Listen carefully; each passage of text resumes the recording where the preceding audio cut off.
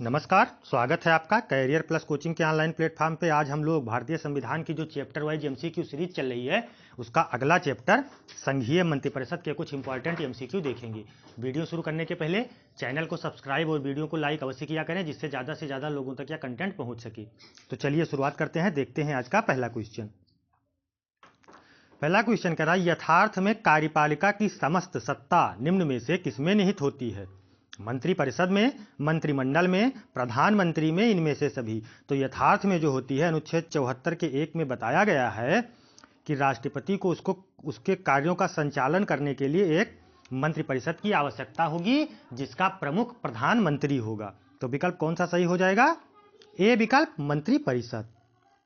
ठीक है, मंत्रिपरिषद। चलिए बढ़ते हैं अगले क्वेश्चन की तरफ। कौन व्यक्ति मंत्रिपरिषद का सदस्य हो सकता है? लोकसभा का सदस्य, राज्यसभा का सदस्य, संसद का सदस्य, कोई भी व्यक्ति। तो कौन सा व्यक्ति हो सकता है? संसद का सदस्य, चाहे वो लोकसभा से निर्वाचित हो चाहे राज्यसभा से निर्वाचित हो, उसे मंत्रिपरिषद में जगह मिल सकती है, यानी वो मंत्री बन सकता है। तो विकल्प कौन सा सही हो जाएगा? सी विकल्प, संसद का सदस्य। अच्छा, मंत्रिपरिषद कितने स्तर की होती है? 3 स्तर की होती है, आगे क्वेश्चन में आपको मिलेगा। फिर कह रहा, क्या राज्यसभा में मनोनीत व्यक्ति मंत्रिपरिषद का सदस्य बन सकता है? हाँ, नहीं, यदि वह पूर्व में निर्वाचित सांसद रहा हो, कुछ प्रतिबंधों के साथ। जो राज्यसभा से मनोनीत व्यक्ति होते हैं वो मंत्रिपरिषद के सदस्य तो बन सकते हैं।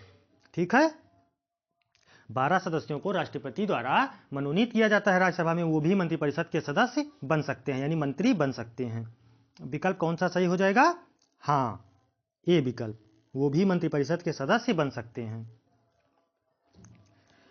फिर कह रहा है, मंत्रिपरिषद के सदस्यों को पद की गोपनीयता की शपथ कौन दिलाता है? राष्ट्रपति, उपराष्ट्रपति, लोकसभा अध्यक्ष, सर्वोच्च न्यायालय के मुख्य न्यायाधीश। तो कौन दिलाता है पद एवं गोपनीयता की शपथ? राष्ट्रपति दिलाता है। अनुच्छेद 75 के अनुसार 74 और 75 में मंत्रिपरिषद बताई गई है, राष्ट्रपति शपथ दिलाता है। ठीक है, बढ़ते हैं अगले क्वेश्चन की तरफ। कोई व्यक्ति संसद के किसी भी सदन का सदस्य हुए बिना केंद्र में कितनी अवधि तक मंत्री रह सकता है? तो वह कितनी अवधि तक मंत्री रह सकता है? 3 महीने, 6 महीने, 1 वर्ष, जब तक प्रधानमंत्री चाहे।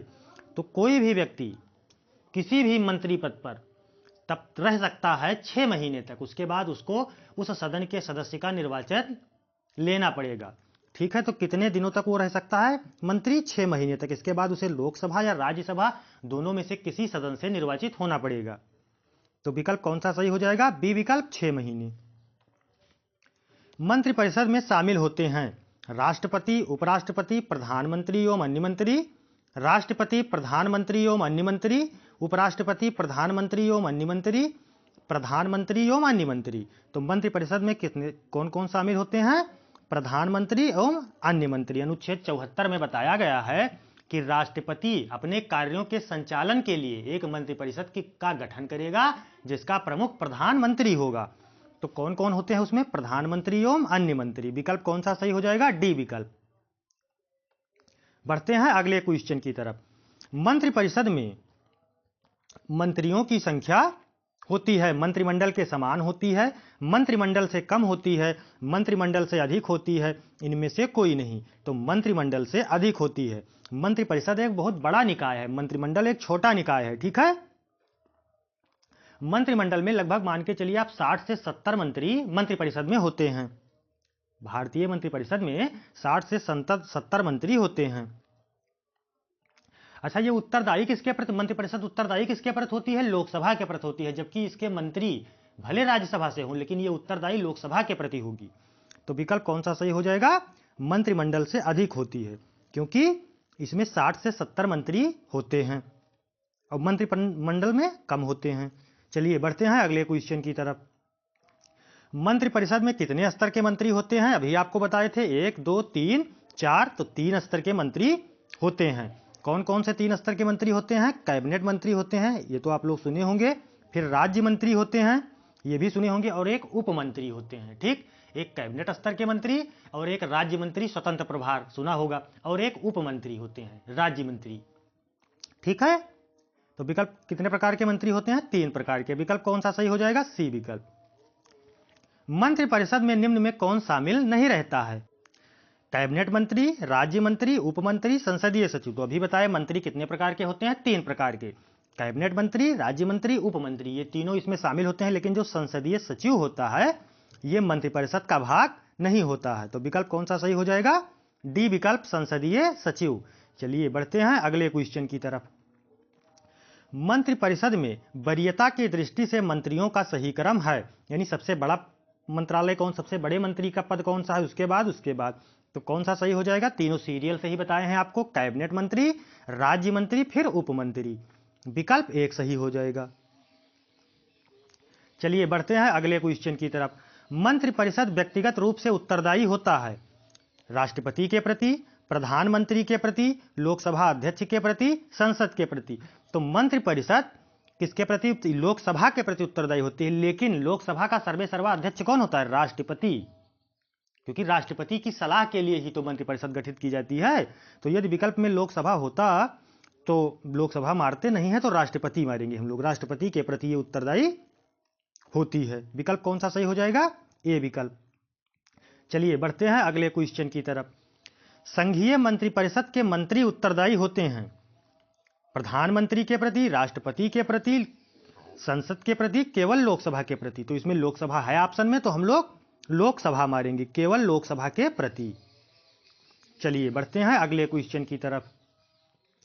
भारत में किसी भी सदन का सदस्य हुए बिना कोई व्यक्ति कब तक मंत्री पद पर आसीन रह सकता है? अभी इसके पहले एक क्वेश्चन आ चुका है, 3 माह, 6 माह, 1 वर्ष, जो राष्ट्रपति निर्धारित करे। तो ऐसा कुछ नहीं है जो राष्ट्रपति निर्धारित करे। संविधान में लिखा हुआ है कि यदि कोई भी व्यक्ति किसी भी सदन का सदस्य हुए बिना मंत्री की या मंत्रिपरिषद के सदस्य की शपथ लेता है तो उसको 6 महीने के अंदर लोकसभा अथवा राज्यसभा से निर्वाचित होना पड़ेगा। तो कितने दिन तक वो अपने पद पर रह सकता है बिना निर्वाचन लिए? 6 महीने तक। इसके बाद वो स्वतः हट जाएगा यदि निर्वाचित नहीं हुआ। विकल्प कौन सा सही हो जाएगा? बी विकल्प, 6 माह। भारतीय संविधान के निम्न प्रावधानों में से कौन सा प्रावधान मंत्रिपरिषद की नियुक्ति तथा पदच्युति को विवेचित करता है? अनुच्छेद 70, अनुच्छेद 72, अनुच्छेद 74, अनुच्छेद 75। तो बताए हैं आपको कि अनुच्छेद 74 और अनुच्छेद 75 में मंत्रिपरिषद के गठन के बारे में बताया गया है या पदच्युति के बारे में बताया गया है। तो विकल्प कौन सा सही हो जाएगा? 74 में गठन और 75 में उसको हटाने की बात की गई है। तो विकल्प कौन सा सही हो जाएगा? अनुच्छेद 75। चलिए बढ़ते हैं अगले क्वेश्चन की तरफ। भारतीय संविधान के अनुच्छेद 74 और 75 किन विषयों पर विचार करते हैं? मंत्रिपरिषद, लोकसभा के सदस्य, भारत के राष्ट्रपति, मंत्रिमंडल के सदस्य। तो पहले क्वेश्चन से बताते आ रहे हैं कि अनुच्छेद 74 और 75 में मंत्रिपरिषद है। तो अनुच्छेद 74 और 75 आपसे पूछ रहा है, तो कौन सा विकल्प सही हो जाएगा? मंत्रिपरिषद, ये विकल्प। संघीय मंत्रिपरिषद अपने आचरण के लिए किसके प्रति उत्तरदायी होती है? राष्ट्रपति, लोकसभा, राज्यसभा, संसद। तो किसके प्रति उत्तरदायी होगी? लोकसभा।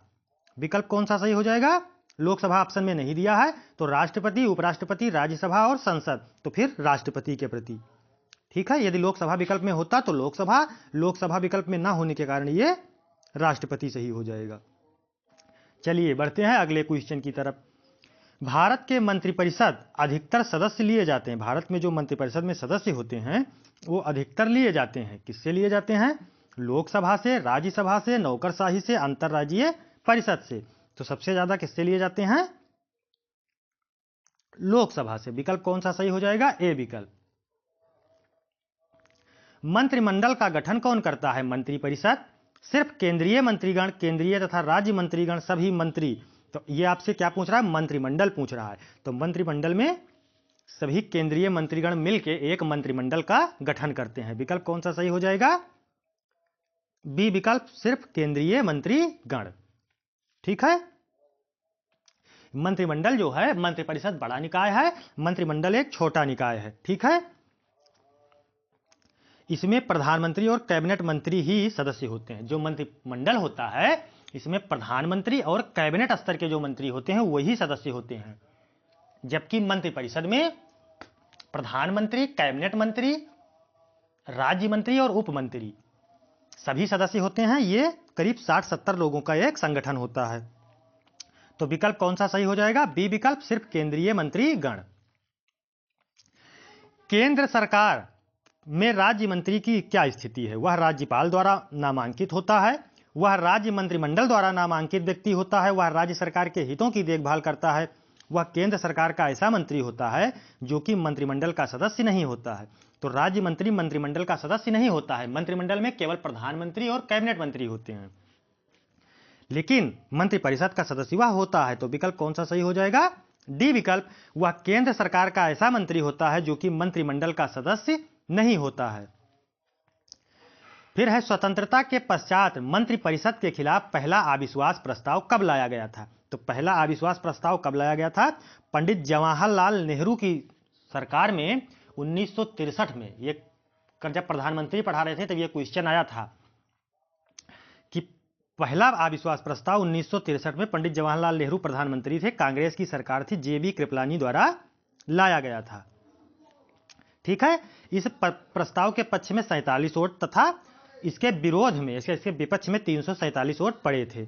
अच्छा, सरकार गिरी नहीं थी, लेकिन सबसे पहले जब ये पूछेगा कि अविश्वास प्रस्ताव कब लाया गया था तो आप लोग 1963 मारेंगे। पंडित जवाहरलाल नेहरू जी प्रधानमंत्री थे। सामूहिक रूप से मंत्रिपरिषद किसके प्रति उत्तरदायी होती है? राष्ट्रपति, प्रधानमंत्री, लोकसभा, संसद। तो किसके प्रति उत्तरदायी होती है? लोकसभा। लोकसभा के सदस्यों की कुल संख्या का 15%। ठीक है, विकल्प डी सही हो जाएगा। चलिए बढ़ते हैं अगले क्वेश्चन की तरफ। भारतीय गणराज्य में वास्तविक कार्यकारी प्राधिकार निम्न में से किसके पास है? ठीक है, जो वास्तविक कार्यकारी का है वो किसके पास है? प्रधानमंत्री के प्रति, राष्ट्रपति के प्रति, नौकरशाही से, मंत्री परिषद से। तो विकल्प कौन सा सही हो जाएगा? मंत्री परिषद से। ठीक है, डी विकल्प, मंत्री परिषद। चलिए बढ़ते हैं अगले क्वेश्चन की तरफ।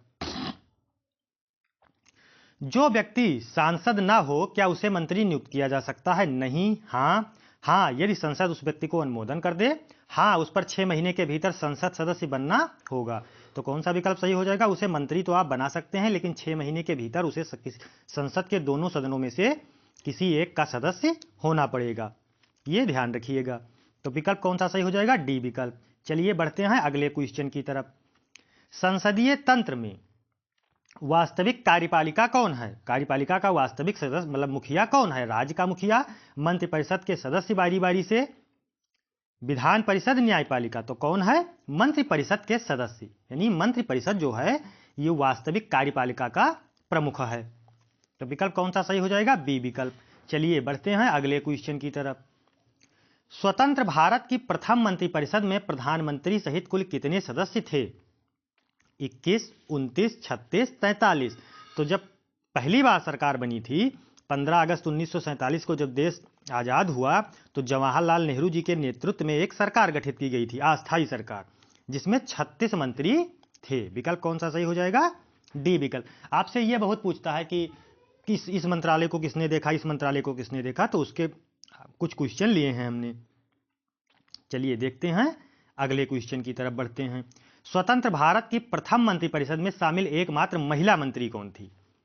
विजयलक्ष्मी पंडित, सुचेता कृपलानी, सरोजिनी नायडू, राजकुमारी अमृता कौर। तो स्वतंत्र भारत में जो पहली मंत्रिपरिषद गठित हुई थी उसमें मात्र एक महिला मंत्री राजकुमारी अमृता कौर थी। इन्हें कौन सा मंत्रालय दिया गया था ये पूछता है, कई परीक्षाओं में क्वेश्चन आ चुका है।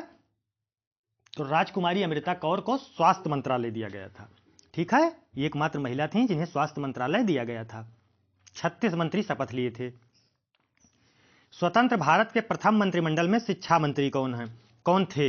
एस राधाकृष्णन, सरदार बलदेव सिंह, मौलाना अबुल कलाम आजाद, सीडी देशमुख। तो कौन थे? मौलाना अबुल कलाम आजाद जी को शिक्षा मंत्रालय तथा राजकुमारी अमृता कौर को स्वास्थ्य मंत्रालय। और आगे भी आपको क्वेश्चन मिलेंगे जो पूछे गए हैं। स्वतंत्र भारत के प्रथम रक्षा मंत्री कौन थे? डॉक्टर जान मथाई, सरदार बलदेव सिंह, के संथानम, के एम मुंशी। तो आपसे पूछ रहा है रक्षा मंत्री, तो रक्षा मंत्री सरदार बलदेव सिंह जी थे। ठीक है, विकल्प कौन सा सही हो जाएगा? बी विकल्प सरदार बलदेव सिंह। चलिए बढ़ते हैं अगले क्वेश्चन की तरफ। स्वतंत्र भारत के प्रथम वित्त मंत्री कौन थे? आर के सन्मुखम सेठी, सी डी देशमुख, जयराम दास दौलतराम, सी राजगोपालाचारी। तो श्री आर के सन्मुखम सेठी जी पहले वित्त मंत्री थे। अच्छा ये देखिए, पहले वित्त मंत्री पूछा तो आर के सन्मुखम सेठी, लेकिन कभी कभी ये पूछता है आजादी के बाद वाला जब पूछेगा तो कौन था? जॉन मथाई था। लोगों को यही पता है कि पहला वित्त मंत्री जॉन मथाई जी थे, लेकिन ये आपसे स्वतंत्र भारत के प्रथम वित्त मंत्री जब देश आजाद हो 1947 में, उसके बाद के मंत्रालय के बारे में जब पूछेगा तो कौन थे? आर के सन्मुखम सेठी जी थे। और 1950 में जब संविधान लागू हुआ उसके बाद वित्त मंत्रालय जॉन मथाई जी को दिया गया था। चलिए बढ़ते हैं अगले क्वेश्चन की तरफ।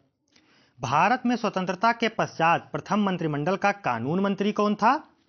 के M Munshi, S P Mukherjee, Baldev Singh, B R Ambedkar. तो कौन थे? डॉक्टर भीमराव अंबेडकर जी पहले कानून मंत्री थे। बढ़ते हैं अगले क्वेश्चन की तरफ। निम्न में से कौन से व्यक्ति ने स्वतंत्र भारत के प्रथम गृह मंत्री के रूप में कार्य किया? के कामराज, सी राजगोपालाचारी, मोरारजी देसाई, सरदार वल्लभ भाई पटेल। तो सरदार वल्लभ भाई पटेल पहले गृह मंत्री बनाए गए थे, स्वतंत्र भारत की जो मंत्रिपरिषद बनी थी। चलिए बढ़ते हैं अगले क्वेश्चन की तरफ। संघीय मंत्रिपरिषद से पद त्याग करने वाला पहला मंत्री कौन था? सरदार वल्लभ भाई पटेल, आचार्य जेबी कृपलानी, गोपाल स्वामी आयंगर, श्यामा प्रसाद मुखर्जी। तो स्वतंत्र भारत में संघीय मंत्रिपरिषद से पद त्याग करने वाला पहला मंत्री डॉक्टर श्यामा प्रसाद मुखर्जी जी थे। ठीक है, इन्होंने 1950 में ही त्यागपत्र दे दिया था। ये मंत्री किस पद पर थे? ये उद्योग मंत्री थे। ठीक है, चलिए बढ़ते हैं अगले क्वेश्चन की तरफ। संघीय मंत्रिपरिषद में सबसे लंबी अवधि तक लगातार एक ही विभाग का कार्यभार संभालने वाले केंद्रीय मंत्री कौन थे? तो सबसे जो एक स्वतंत्र भारत के एकमात्र महिला मंत्री बनी थी डॉक्टर राजकुमारी अमृता कौर, इन्होंने 16 साल तक कार्यभार संभाला था। ठीक है, तो विकल्प कौन सा सही हो जाएगा? बी विकल्प राजकुमारी अमृता कौर। ये सबसे ज्यादा संघीय मंत्रिपरिषद में एक ही पद पर लगातार कार्य संभालने वाली महिला हैं, मंत्री हैं। सबसे कम अवधि तक मात्र 5 दिनों तक केंद्रीय मंत्री बने रहने का रिकॉर्ड किसके नाम है? बलदेव सिंह, एच.आर. खन्ना, एच.आर. भारद्वाज, मोहम्मद तस्लीमुद्दीन। तो ये 5 दिन तक केंद्रीय मंत्री बने रहने का रिकॉर्ड एच.आर. खन्ना जी के नाम है। ये मात्र 5 दिन रहे। अच्छा, ये भी पूछता है कि सबसे ज्यादा समय तक मंत्रिपरिषद में कार्य करने वाला किसके नाम रिकॉर्ड है? तो बाबू जगजीवन राम के नाम ये रिकॉर्ड है। ठीक है, ये ध्यान रखिएगा आप लोग। ये थे क्या? ये श्रम मंत्री थे। इसके पहले आप ध्यान रखिए, बीपीएससी का एक पेपर हुआ था शिक्षक भर्ती का, उसमें पूछा गया था कि जगजीवन राम जी को कौन सा मंत्रालय दिया गया था? तो कौन सा मंत्रालय दिया गया था? श्रम मंत्रालय दिया गया था। ठीक है, और सबसे ज्यादा समय तक मंत्रिपरिषद में कार्य करने वाले जगजीवन राम जी थे। चलिए बढ़ते हैं अगले क्वेश्चन की तरफ। निम्न में से कौन सा एक प्रस्ताव भारत में मंत्रिपरिषद रख सकती है? अविश्वास प्रस्ताव, भर्त्सना प्रस्ताव, स्थगन प्रस्ताव, विश्वास प्रस्ताव। तो कौन सा विकल्प सही हो जाएगा? विश्वास प्रस्ताव जो है ये मंत्रिपरिषद रख सकती है। ठीक है, ये पूछ रहा था कि कौन सा प्रस्ताव भारत में मंत्रिपरिषद रख सकती है, तो विश्वास प्रस्ताव जो है ये सत्ताधारी, जैसे मंत्रिपरिषद में कौन होगा? जो सत्ता में होगा वही तो होगा, जिसको लोकसभा में बहुमत प्राप्त होगा वही तो होगा। तो जो विश्वास प्रस्ताव है इसको सत्ताधारी सरकार के द्वारा ही लाया जाता है। तो मंत्रिपरिषद में सत्ताधारी सरकार ही होती है, जो सत्ता में होते हैं वही मंत्रिपरिषद के सदस्य होते हैं। तो विकल्प कौन सा सही हो जाएगा? डी विकल्प, विश्वास प्रस्ताव। आज के लिए इतना ही। चैनल को सब्सक्राइब और वीडियो को लाइक अवश्य किया करें और कमेंट में जरूर बताया करें कि आपको ये क्लासेज कैसी लग रही हैं। मिलते हैं फिर नेक्स्ट सेशन में, तब तक के लिए धन्यवाद।